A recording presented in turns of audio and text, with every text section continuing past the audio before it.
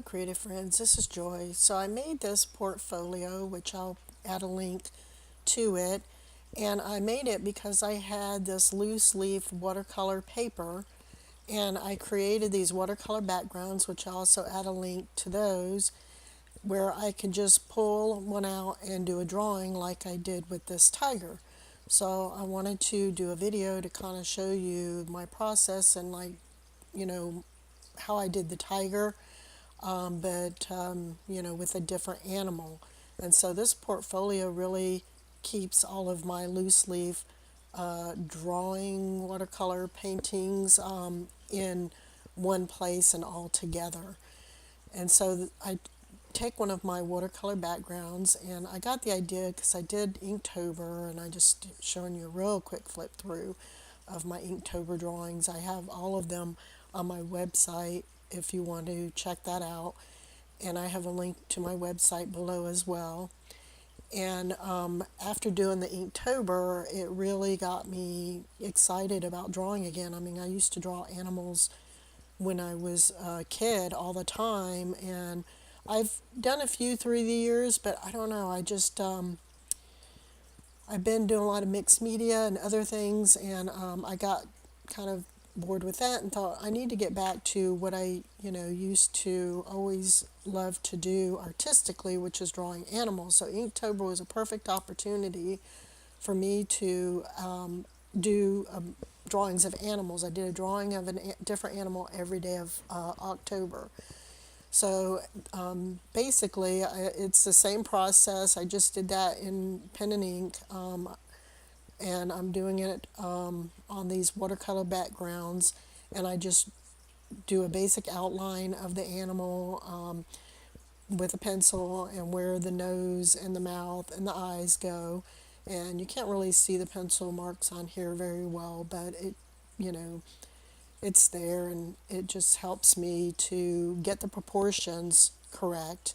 And so that's as much as I did in pencil, what you're seeing here that I just outlined.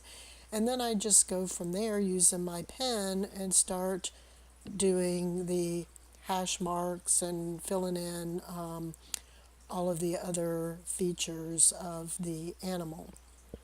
And this is exactly how I did each of my Inktober drawings that I created. I just kind of did a quick pencil sketch of the outline of the animal and the eyes and the nose and the mouth to get the proportions correct, and then just used an ink pen, just like this one here I'm using, to fill in the shading and shadowing and proportions and everything.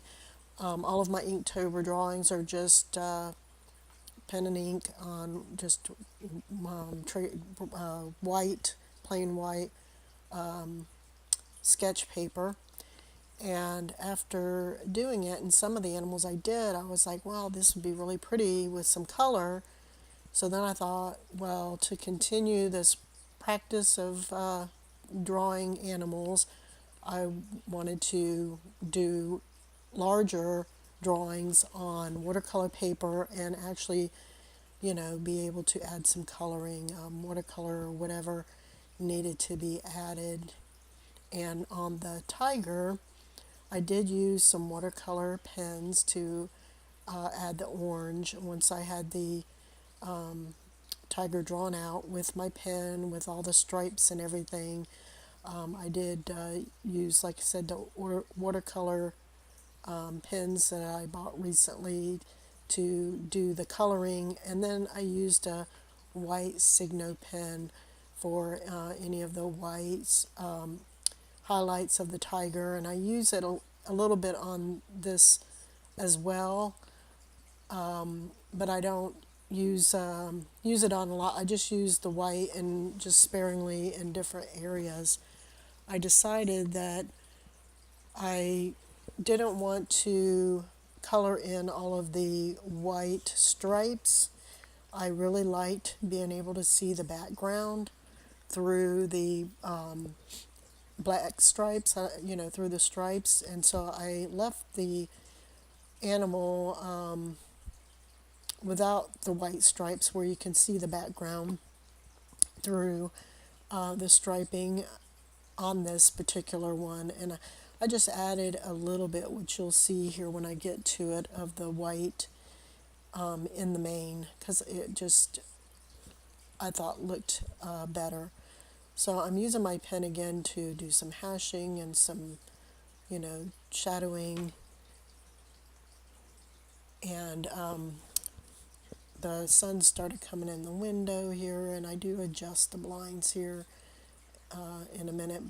When I realize that it's really affecting me being able to see what I'm doing, I mean, I kind of, when I get to drawing, I kind of get in a zone and I just kind of go, and it just is so relaxing, and everything, around me is just kind of goes away, and I just really enjoy drawing. And I do have a reference photo there that I use to like get the proportions correct and the placement of the eye and the nose and the mouth. But I'm not matching it exactly or drawing it exactly. And I'm only doing the head.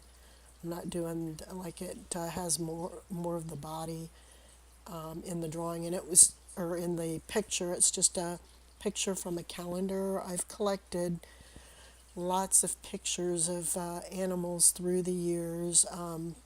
I've got a lot of calendars with animals.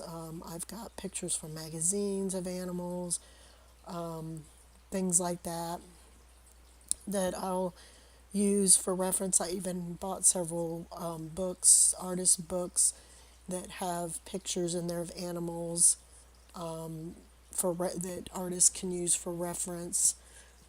So I just kind of looked through my big stash of animal pictures to find an animal that I, wanted to draw on one of these watercolor backgrounds. Actually, I ended up going through I did 6 watercolor backgrounds. I did 3 in different shades of blue, 3 in different shades of red, and 3 in different shades of green.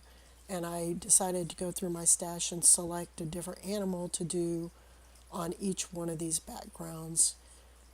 It's easier for me if I already have a plan in place than to think, oh, I've got these watercolor backgrounds, what am I going to put on it? I don't know. And then trying to find the time to go through my stash and figure it out. So that's what I did in Inktober. I actually went through my stash. I found 31 pictures of 31 different animals, and that way I knew ahead of time, where I didn't have to every day think, okay, what am I going to do today? I already had it all planned out, that, and I didn't put them in any particular order. I just went through, grabbed 31 pictures of animals, and I said, okay, whatever order that they're in, that's, I'm just going to pile it up and do it in that order, and just do an animal a day for every day of October. And so that's what I ended up doing, and I had so much fun doing it, that, like I said, it inspired me to want to do more, and to go bigger, and to add color.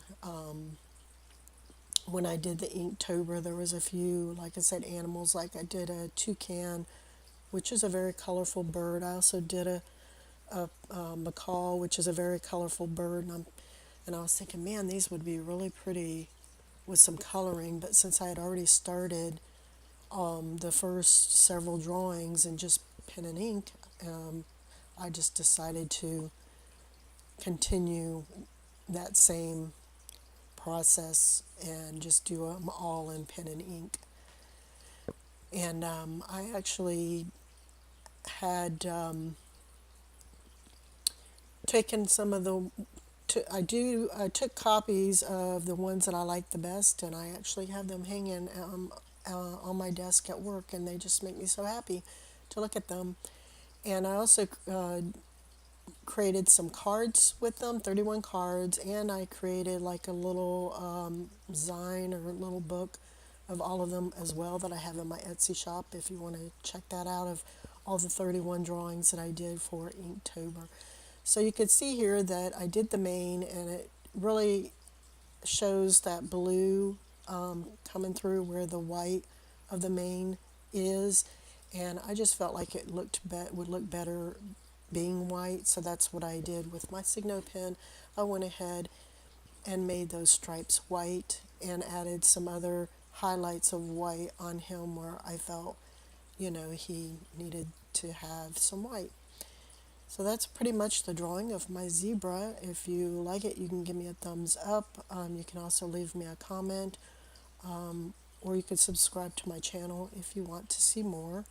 And like I said, I'll put a link to the watercolor backgrounds that I created, and to the portfolio that I created to put all of my drawings in, so that if you're interested in seeing that, you can see those as well.